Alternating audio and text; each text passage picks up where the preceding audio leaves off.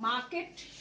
Please take out your notebooks and pen and paper and start noting down. Market refers to a physical place or an area where commodities are bought and sold.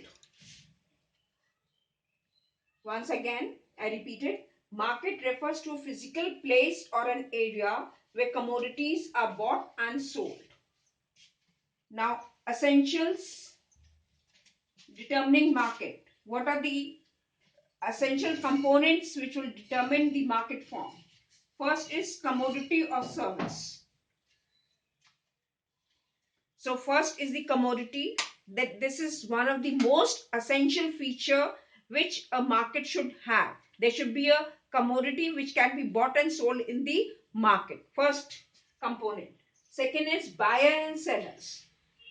Now if even we have got a commodity and there are no buyers and sellers of the commodity, then it will not be termed as a market. Then it will not be termed as a market. Without buyers and sellers, the exchange activity cannot be conducted.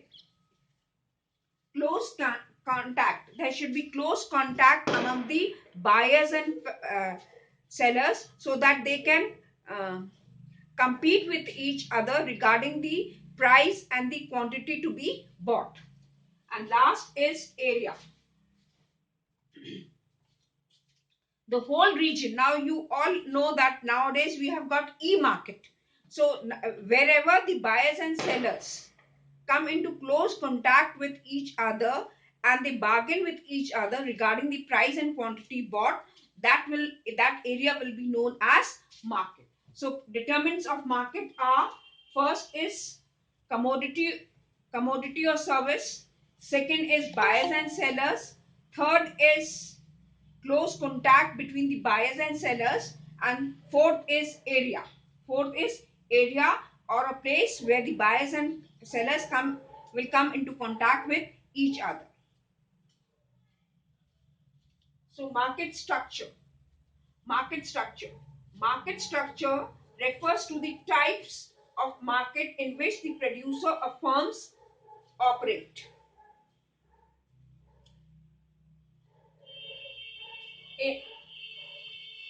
In other words, market of a commodity determines the manner in which price of that commodity is determined.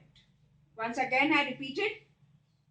Market structure refers to the types of markets in which the producers of firms operate. Or in other words, market structure for commodity determines the manner in which price of that commodity is determined. So to determine a market structure, it depends. There should be two forms. One is nature, number of producers and sellers of a commodity. One is number of producers or sellers of a commodity, and the second one is the nature of the product. The nature of the product. And on that basis, we can classify the market into perfect competition, monopoly, and imperfect competition, which has got two other market forms: monopolistic market and oligopoly market.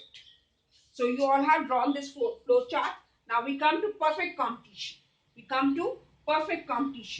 Please note down the features of perfect competition and we will discuss there. Perfect competition. Perfect competition features. Please note down and then we will discuss them.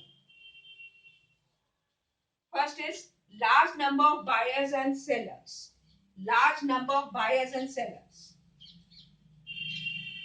Large number of buyers and sellers. Buyers and sellers. The second one is homogeneous product. Homogeneous product.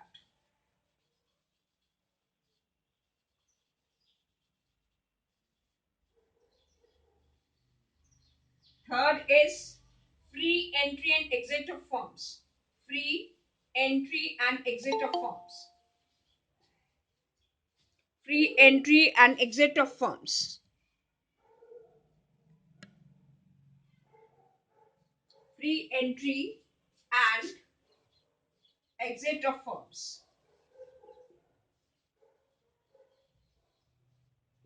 Third is perfect knowledge. Fourth is perfect knowledge. Perfect knowledge.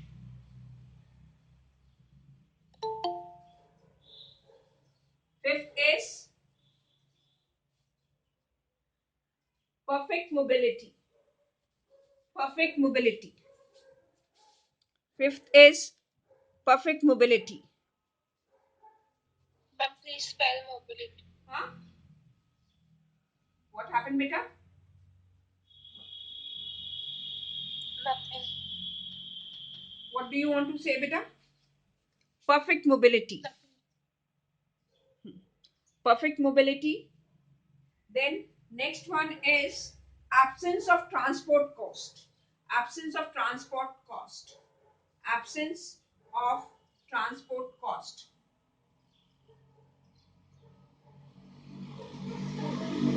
Absence of transport cost.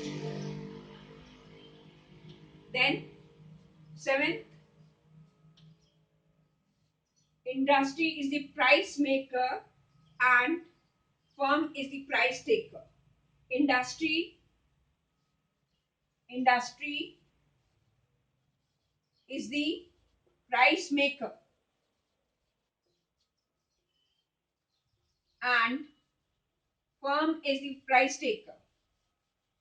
Firm is the price taker.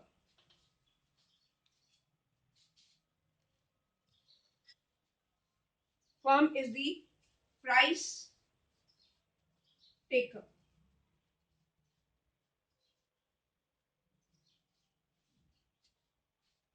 Please note down, once again I repeat, large number of buyers and sellers, homogeneous product, free entry and exit of firms, perfect knowledge, perfect mobility, absence of transport cost, industry is the price maker and firm is the price taker. Now let us take the first point, large number of buyers and sellers. There are large number of buyers and sellers under perfect competition, and because there are large number of buyers and sellers, no buyer or no seller can influence the price. Implication, please note down, this implication is a very important part of it. Implication of large number of sellers in the market is that the share of each seller in the total supply is very insignificant or very less or very small. That is why no seller, no individual seller can afford to influence the price of the commodity. In the same way, there are large number of buyers. Excuse me, ma'am. Yes, beta. Ma'am, I'm unable to write. Please dictate the definition of implication slowly. Implications, okay. Implications you want to try to understand, beta. Implications you try to understand. There is no need to note down. Only thing, write the features, because implication.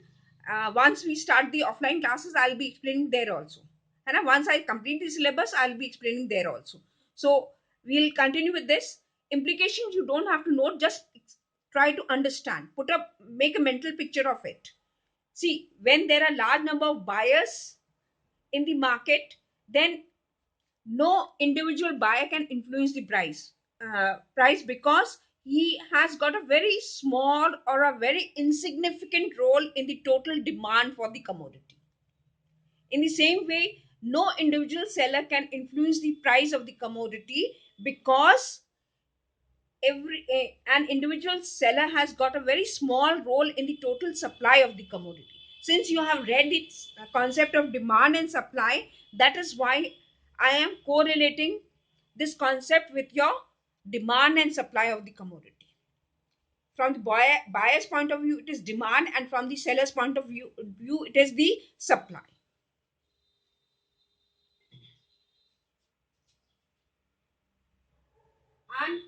Because of this, we can say that firm is the price taker and the industry is the price maker. And that is why uniform price will prevail in the market, because individual seller has got a very insignificant role in the total supply of the commodity, and individual buyer has got a very small role in the total demand for a commodity. So no buyer or no seller can influence the price. Therefore, subs underline karke this is that I am repeating, uniform price will prevail in the market. इसका implication जो एक line में लिख सकते हैं वो क्या है? Uniform price will prevail in the market. We come to the next point, that is homogeneous product. Homogeneous product, you all know that product is identical. For example, toothpaste is toothpaste. There's no product differentiation. Like we can say that in toothpaste we have got different brands like Colgate, Dantranti, so many brands we have got. But in perfect competition, the product is homogeneous. Whether I buy from the shop which is close to my house or I go to the market and buy from it. So products are identical. The units are identical, in units of the commodity are identical. So again,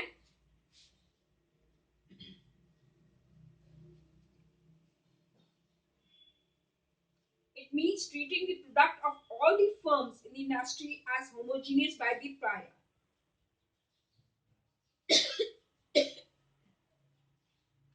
They are all identical in all respect: quality, color, components, weight, size, etc. They are all identical.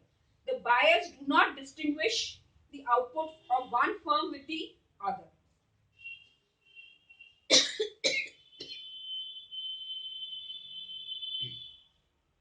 The implication of this feature is that, please note down the implication, is that the buyer treats the product as identical.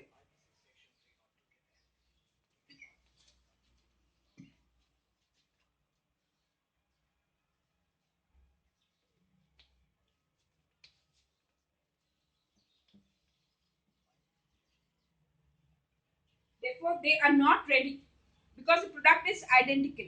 So the buyer will not be ready to pay a different price.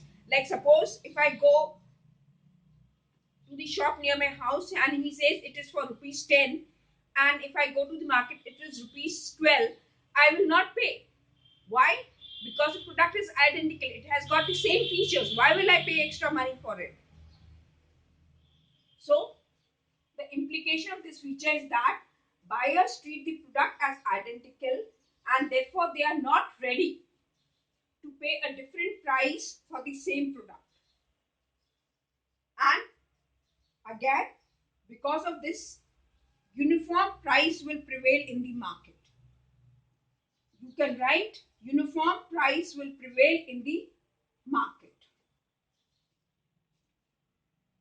Free entry and exit of firms. Free entry of the exit, entry and exit of the firms means if the firm, there is no restriction on entry and exit. They don't have to take a license or they don't have to pay any fee or they have to get themselves registered. If the firm is earning abnormal profit, if the firm is earning abnormal profit, then new firms will enter the industry. New firms will enter the industry. And when new firms enter the industry, the supply will definitely increase. The supply will definitely increase. And the firm will start earning normal profit in the long run. The firm will start earning normal profit in the long run. In the same way, if the firm is incurring abnormal losses, then already existing firms will leave the industry. Already existing firms will leave the industry because they are incurring losses, and this will go on till the firms start earning normal profit. So the free entry and exit of the firm. So the main implication is that in the long run, the firm will start earning normal profit. The firm will start earning normal profit. Free entry and exit of firms.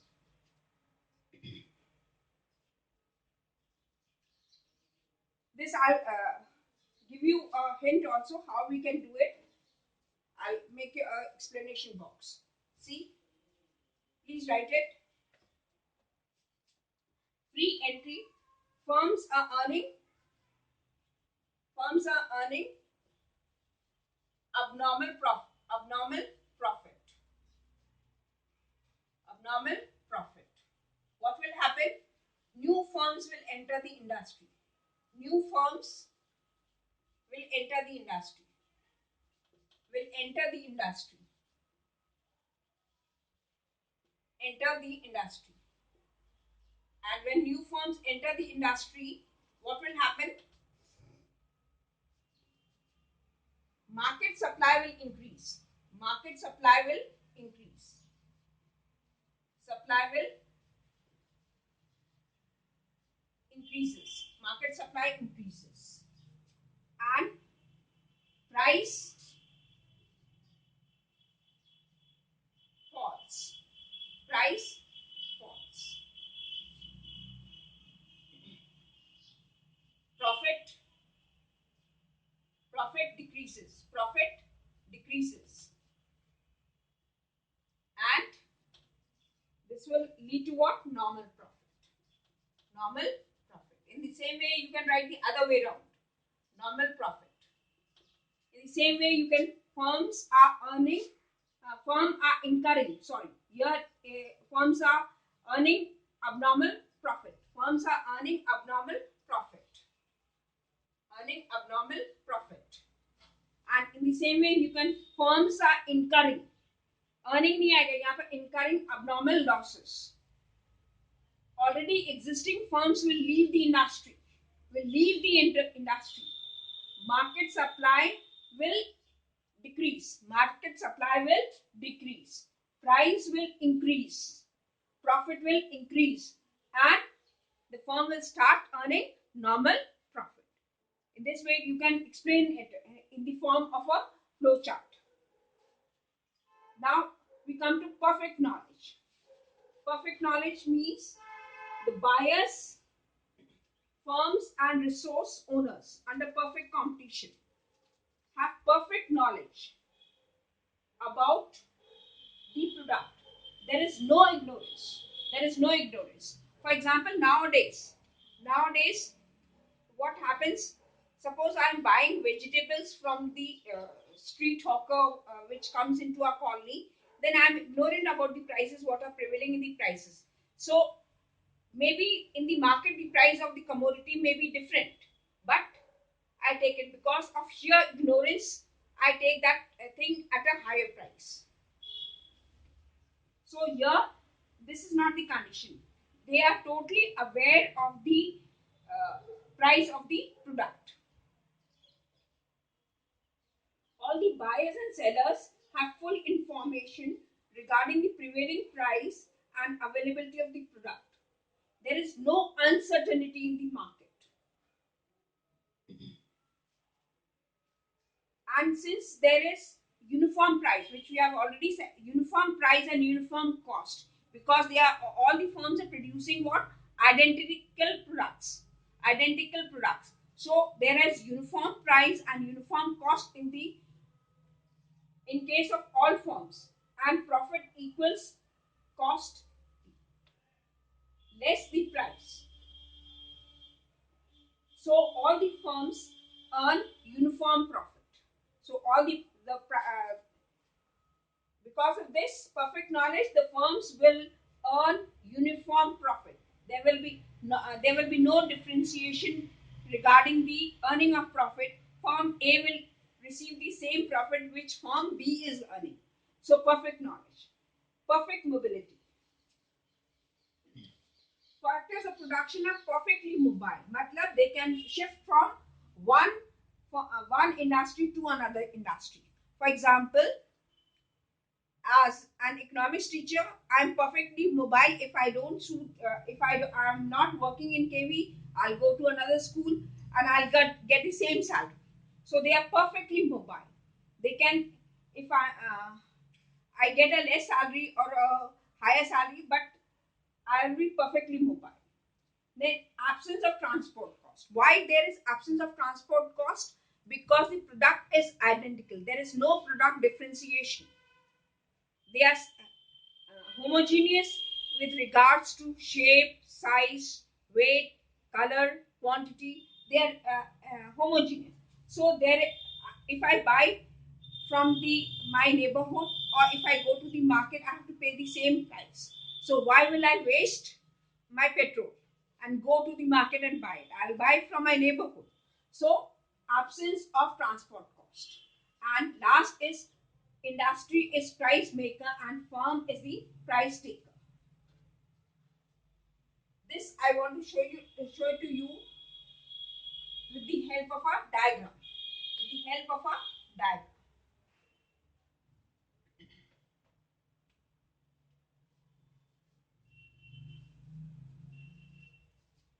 Here, the industry fixes the prices by the forces of demand and supply. By the forces of demand and supply.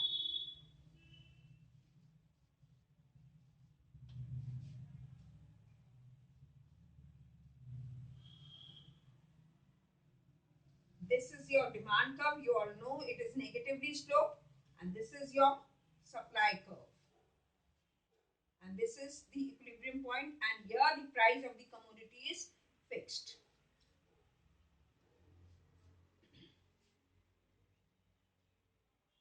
And the firm,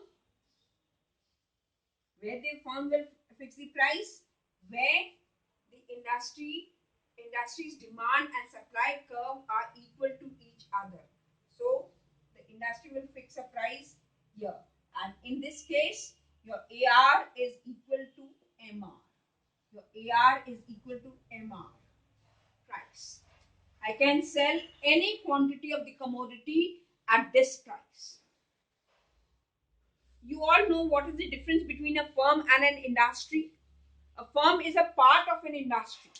A firm is a part of an industry, whereas we can say an industry is a group of firms. Industry is a group of firms.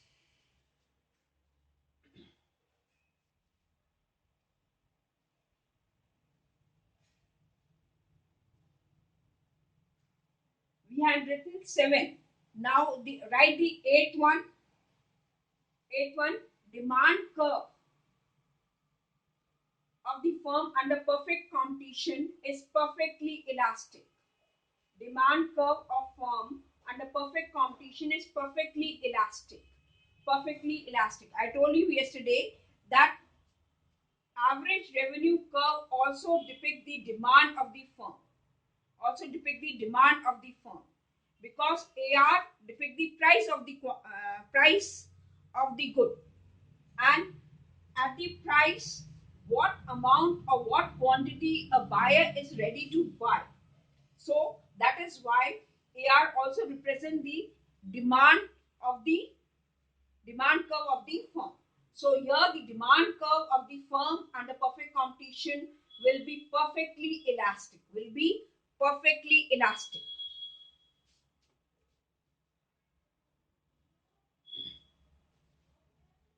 And they will absence of selling cost.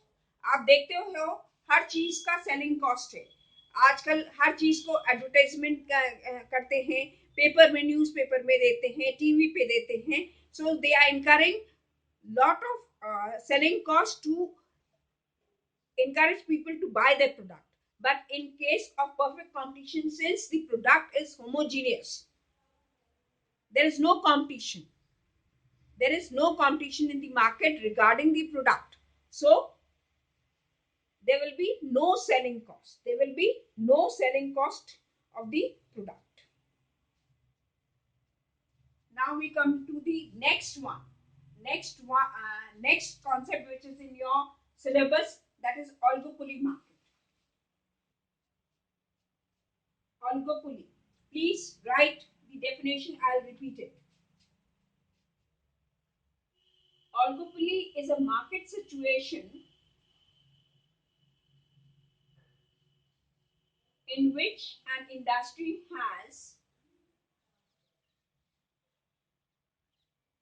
only a few firms, only a few large firms, sorry, only a few large firms mutually dependent, mutually dependent for taking decisions about price and output.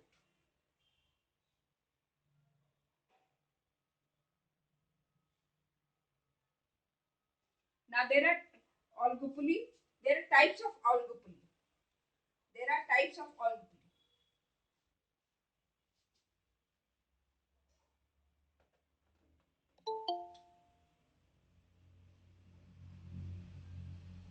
Types of oligopoly.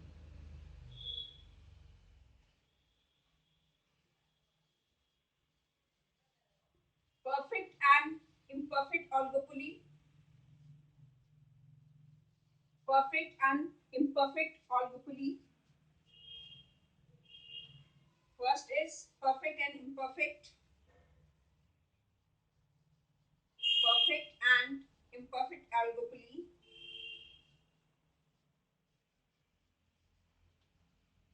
And the second one is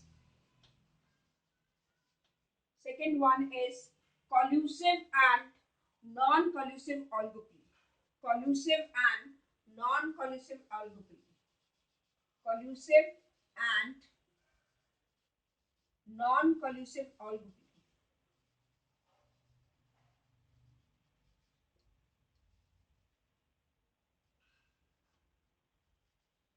So collusive oligopoly, perfect oligopoly.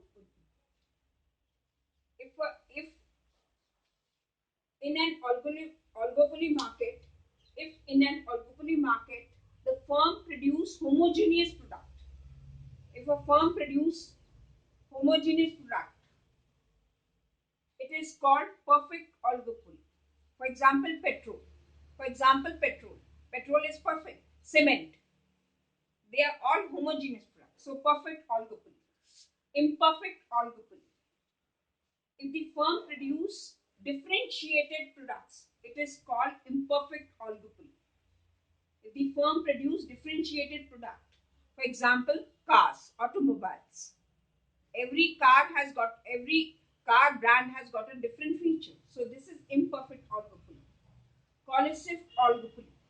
When the firm cooperate with each other regarding the price and output policy, then it is known as collusive oligopoly. For example, OPEC, OPEC, oil and petroleum exporting countries. They get together, decide the price, and then only they supply. And non-collusive oligopoly. Non-collusive oligopoly means when the firms compete with each other regarding price and output. That is known as collusive oligopoly. Now, features or characteristics of oligopoly. Features or characteristics of oligopoly.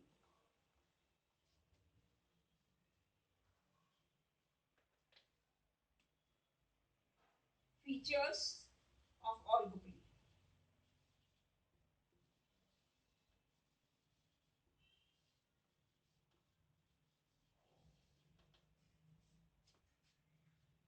Few firms.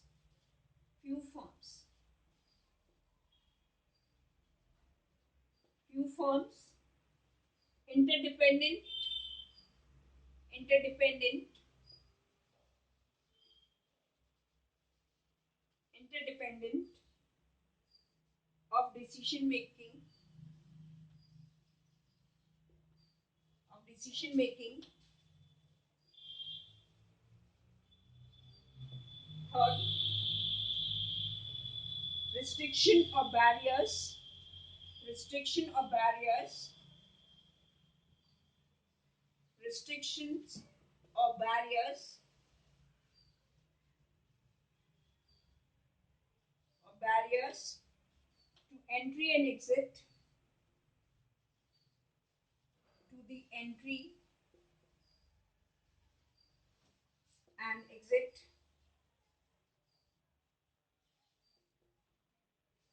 of firms.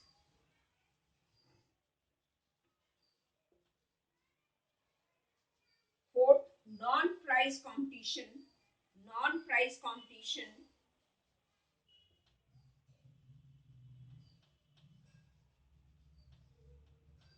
Fifth,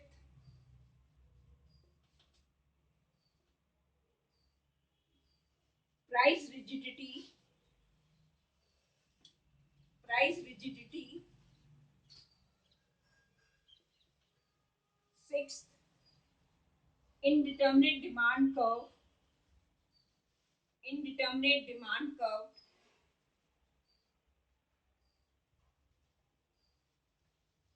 Demand curve.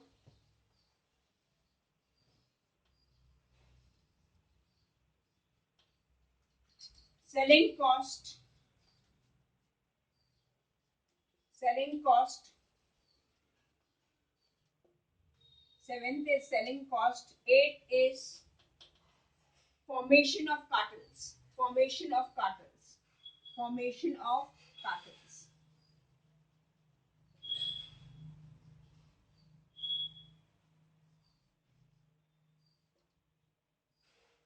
So these are the features of oligopoly market. We'll continue in the next session the features of oligopoly. I'll be explaining them.